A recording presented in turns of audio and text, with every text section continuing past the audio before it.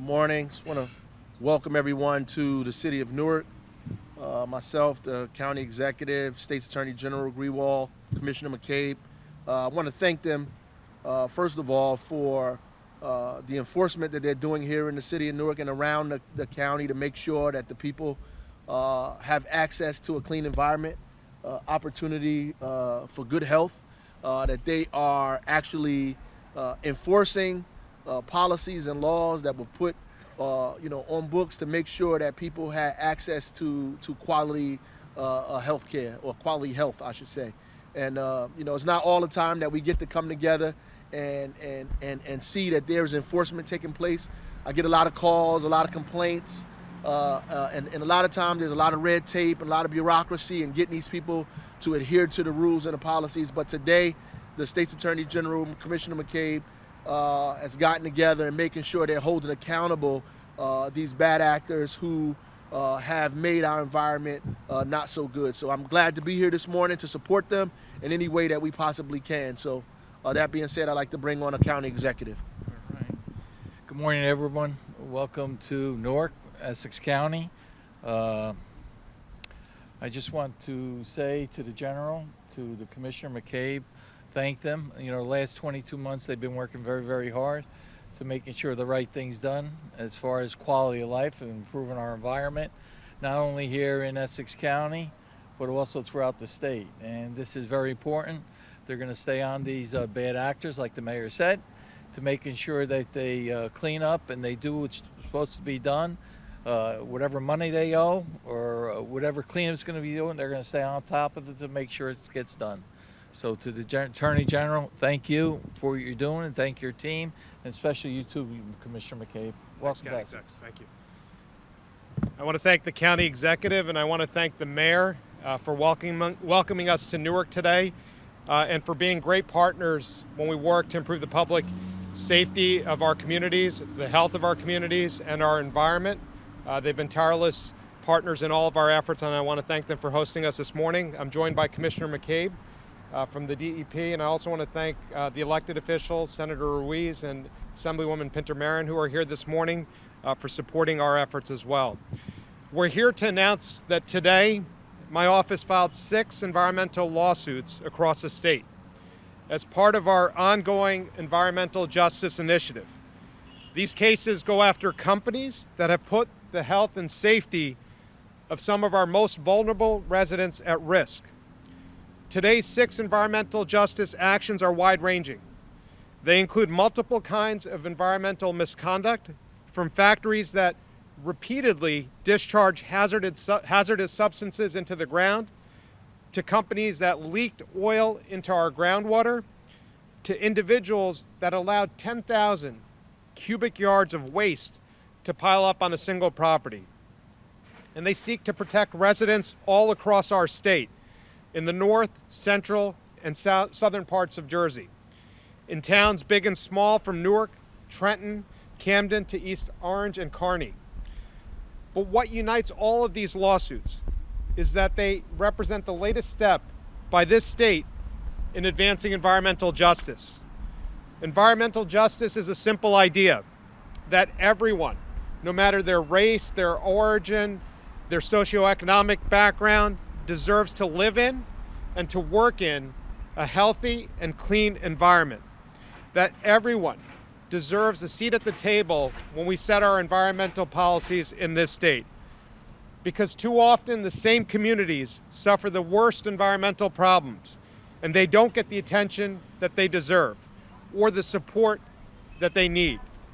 Now, while this sounds simple, environmental justice is critically important. You see, when the same communities are exposed to the worst pollution over and over again, they end up facing greater health risk. And that's fundamentally unfair.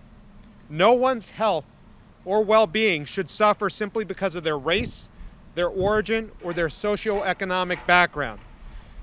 This seems obvious, but this country, as well as this state, has not lived up to that promise. In fact, the DEP's own Environmental Justice Advisory Council found that minority and lower income communities in New Jersey face unhealthy and unusually high levels of pollution. And that's unacceptable to me and to everyone up here. So by filing these 6 lawsuits, we build on 8 similar lawsuits that we brought last December when we kicked off our environmental justice program. And we take another major step forward in this state to protect and to improve the health and well-being of all of our residents. Now let me tell you about one of these actions. Here in Newark, less than 2 miles from where we stand, is the former site of the Nains Metal Finishing Company, a metal finishing and production company that operated from 1966 to 1994. And although that company worked with steel and aluminum and other metals as part of its business, it also worked with hazardous substances. And years after Nains shut down its metal finishing operations, DEP discovered that a number of the chemicals that the company used had been discharged into the soil, into the groundwater under the site, and even within the air in that building. These chemicals included TCE and PCE, and the discovery revealed a public health concern because we know that exposure to these chemicals has been linked to breathing problems, to kidney dysfunction, and even with neurological damage. Now, while the company did some cleanup work to address these issues, they never completed the remediation, despite repeated orders issued over the past 2 decades demanding the company to do so. But thankfully, DEP stepped in to address the most serious public health concerns, and using over $500,000 in taxpayer money, we installed vapor intrusion systems that prevented those toxins from getting into the building's air, to protect the workers in that factory, to render it safe for its current occupants. But because there are still hazardous substances in the groundwater and in the ground at that site, we decided that enough was enough. So we're suing Nains Metal Finishing and subsequent owners of that site, seeking an order that requires them to investigate the extent of the cleanup, to finish the remediation, and to pay back the $500,000 in taxpayer funds that were used to clean up the site. We have 5 other cases today as well. We're suing individuals who left about 10,000 cubic yards of waste on their property, including scrap metals and construction debris, in a residential neighborhood in Camden. We're suing a company in Kearney and another in East Orange for failing to follow state laws and rules that govern the storage of oil, and one that even repeatedly released oil and other fluids into the ground. And we're suing operators of 2 former dry cleaning facilities in Trenton for their own releases of PCE. At one of those sites, the former St. Marie Dry Cleaners in a residential part of Trenton, we discovered that just last year the chemical had actually migrated off the site and impacted 5 nearby homes, exposing families to that dangerous chemical. So once again, as part of our investigation, the DEP stepped in and took on the task of paying for systems to keep that danger out of those families' homes. So once again, with that company, we're demanding that they remediate that site, finish the cleanup, and repay the funds that we expended. These actions today are just the latest example of a campaign that we've waged over the last 2 years, and that we'll continue to wage to stand up for New Jersey's environment and for all of our residents. We want to send a clear message to all our residents that no matter where you live, no matter your background, you deserve to enjoy clean air, and you deserve to enjoy clean water, and you deserve to live in a healthy environment. So I want to send a clearer message to those polluters in this state who've harmed our resources and our environmental justice communities, that we're going to pursue you, that we're going to hold you accountable, just like we're holding these 6 companies accountable this morning, and just like we've done with dozens of other companies over the past 2 years. Now it's my pleasure to turn the podium over to our partner in these efforts, the Commissioner of the DEP, Commissioner McCabe. Commissioner? Thank you all for coming out today, and I want to thank Attorney General Gurbir Grewal and his team for continuing to make New Jersey's natural resources and environmental justice a top priority for this administration. Environmental justice is a critical component of making New Jersey stronger and fairer for all its residents. The Attorney General and I are dedicated to the principle that our communities deserve to have the environment they live in protected, and to enable them to live healthy and productive lives. That's why we are so pleased today to be standing up on behalf of residents of Newark, Camden, Trenton, Kearney, and East Orange. For too long, as the Attorney General was saying, when businesses in these communities became aware of their responsibility to protect or clean up the environment around them, they packed up and they abandoned their responsibilities and their properties.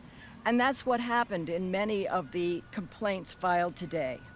But while the business owners had the opportunity to walk away, their neighbors did not, leaving them with long-standing environmental hazards. So today, the DEP and the Attorney General are standing up for families who are left with little recourse to clean up behind the responsible parties. It is too often the case that communities of color and low-income communities are exposed to a disproportionate amount of environmental pollution and hazards. And often, those hazards are the result of individuals and businesses who profited by ignoring their environmental responsibilities. So today's announcement is one of many steps that the DEP is taking to promote environmental justice, many of them with the Attorney General's office. We have filed enforcement actions against polluters here in the Ironbound section here in Newark, as well as others in other counties like Sussex and Ocean and Camden. We've filed before today 8 environmental justice lawsuits statewide and 10 natural resource damage cases, including against companies who manufactured and distributed PFAS PFAS chemicals in our state. In addition, we are standing up to federal rollbacks in environmental protection that seem to happen every day and that threaten our clean air, our clean water, and our communities in the state of New Jersey. We are not only taking action, we are also listening. Our actions on environmental justice are informed by our dialogue with New Jersey's environmental justice communities. Listening to communities and addressing their concerns and needs is an important component of environmental justice. I think of the example of Darling Ingredients, which Mayor Baraka called to our attention just a few weeks back, and the Attorney General was very quick to partner with us and to take action against that company for continuing violations of the law. DEP had cited them with orders for a long time, but they ignored us. With Attorney General Grewal, we are making sure that the message is heard and that companies cannot continue to ignore the requirements that they protect the communities around them. Late last year, the Attorney General and DEP also hosted a listening session in Camden to discuss their environmental and public health challenges. We've also reactivated last year the Environmental Justice Advisory Council at DEP. And we're holding listening sessions in various communities to solicit public input on what other issues of environmental justice we should be paying attention to. So we want to keep listening, and next week we will be hosting an environmental justice listening session in Trenton that we hope that people will come out to and let us know what their concerns are.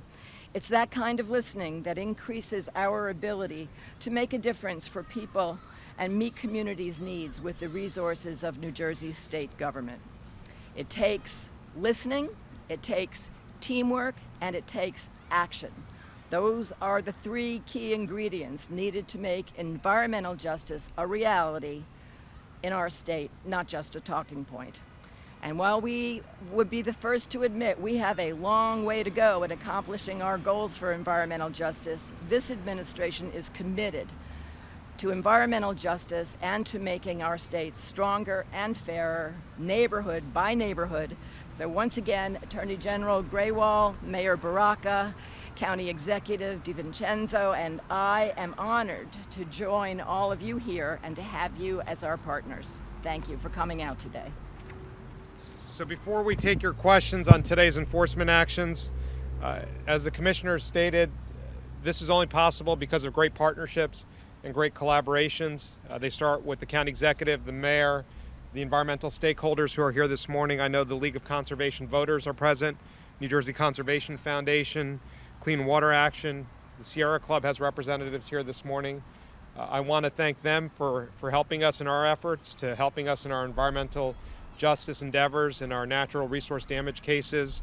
And I also want to thank all the folks at the Attorney General's office that played a role in this as well. Michelle Miller, our Director of the Division of Law, Jason Rockwell, Deputy Director, Aaron Kleinbaum, Assistant Attorney General, Gary Wolf, Section Chief, Darren Epley, Assistant Section Chief, Paul Stofa, Assistant Section Chief, and DHG Mark Fisher, Aaron Hodge, Bob Kinney, Robert Lamilla, Will Roselle, Sam Simon, and Kevin Terhune. Truly a team effort in the actions that we announced today and every day in our environmental enforcement and environmental justice section to stand up for all of our communities to ensure that everyone has a safe and healthy environment here in the state. So with that, we'll take your questions on topic first.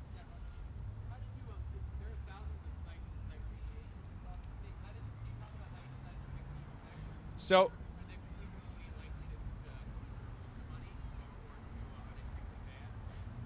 a lot of analysis goes into it, but with these particular actions, not only do we look at the ability to pay, which is a precursor to our filing many of our actions, and especially seeking cost recovery, but it's also focusing on those communities that have been neglected for far too long. And so we're looking at Abbott districts, we're looking at poverty rates, we're looking at other indicators, because we want to make a commitment, as I mentioned, as the county exec and everyone up here has mentioned, we want to make a commitment to all of our communities that regardless of their socioeconomic background, their race, ethnic origin, whatever, everyone deserves a clean environment. And that's how we focus these efforts. And that's how we'll continue to focus our environmental justice actions. That's what that's about. Yes, ma'am.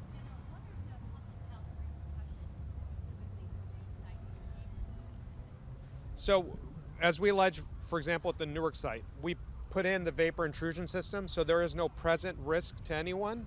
PCE and TCE are highly dangerous. If left unmitigated, they can have adverse health consequences. So the DEP, through their actions, have mitigated those risks, but we still want to get those chemicals out of the ground because we want to restore that property in Newark to where it was before these bad actors took advantage of those residents in that property. And so we want them to go, see the full extent of the pollution, remove those chemicals, and then pay us for the vapor intrusion systems. Pardon? So we started the process by filing the actions in court this morning. The court action will play out. We'll sit down with parties as we have been sitting down. It's not that we just woke up today and said, you know, we don't want to give these folks a chance to fix the problems they created. They weren't acting quick enough. And so we prompted their action by bringing them to court and to hold them accountable fully. And so the court action will play out. However long that takes, we'll stay on top of it. Again, to ensure that those residents in Newark, Kearney, Trenton, and Camden have a clean environment. How are those 5 homes specifically within Trenton affected by the pollution? Again, and I'll defer to the commissioner on the extent of the risk there. We put in those mitigation systems. So the same way we address the issue here in Newark with the Nains Metal Finishing plant, we've addressed it there near the dry cleaners, and we're seeking for them to pay us back for our efforts and to clean what's been left in the ground.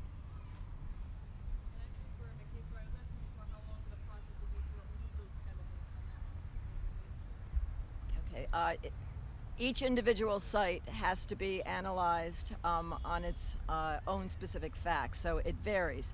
But generally speaking, once groundwater is contaminated, it can take decades to clean it up. And that's why we put in place the protection of the soil, the vapor extraction systems to make sure that it does not, in the meantime, these chemicals don't make their way into the air in the homes that are nearby so that people don't breathe it. And the sites also in Camden, I would also point out that we're bringing actions on today, have to do with the solid waste that has been left and dumped and brought in even after businesses close to these many locations in Camden, which affects the community on a daily basis. It takes away from their enjoyment of their community life. And their children these are sites where their children will go and play on these not so empty lots and be exposed to pollutants that way. So we want to take action as well to help things that are cleaned up on the surface, that even if they're not hazardous waste, they're solid waste that interferes with the community's quality of life.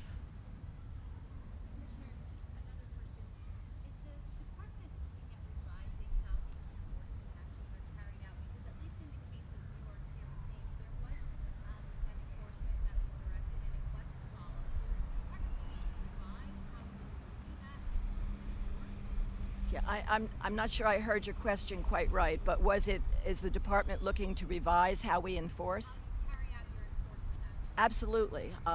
It appears to me that from the records of the years of the Christie administration, that DEP took many actions to issue orders, but they were frequently just ignored. Well, we need a partner, and we have that partner in Attorney General Graywall. We always need to be clear that if our orders are ignored, we will take that next step and bring judicial enforcement action, which brings the parties to the table so that we can get relief for the people and for the communities if they are ignoring DEP orders.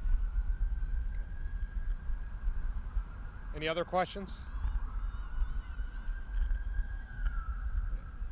Any off topic?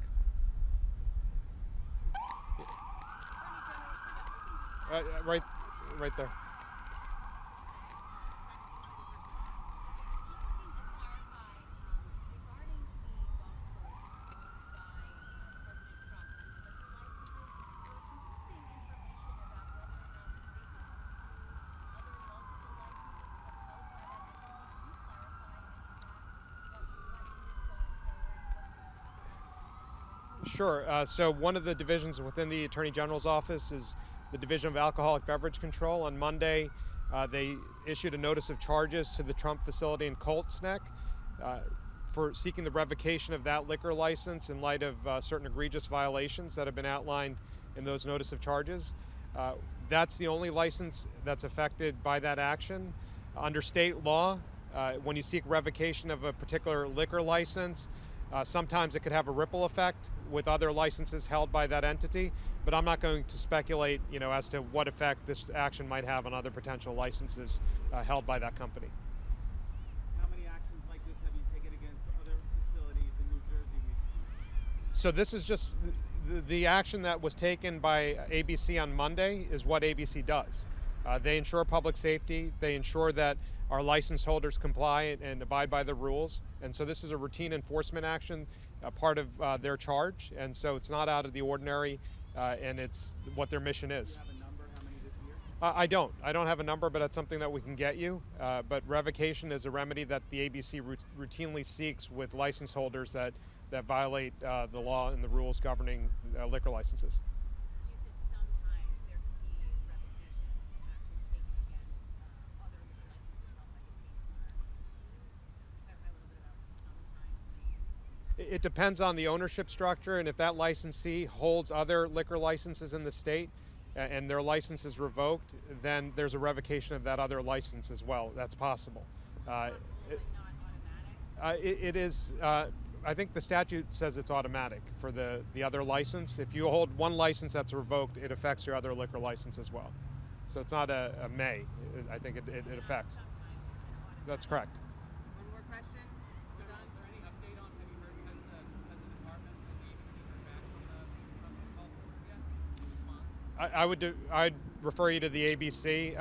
And let me just, to the earlier point, if the suggestion is this is motivated by some other factor other than public safety and what the ABC does, these are career professionals who uphold our liquor laws, who enforce those liquor laws, doing their jobs and have been doing their jobs day in and day out. I trust their judgment on this case and on all cases, that they're doing this without fear or favor as they handle every other case that comes through that office.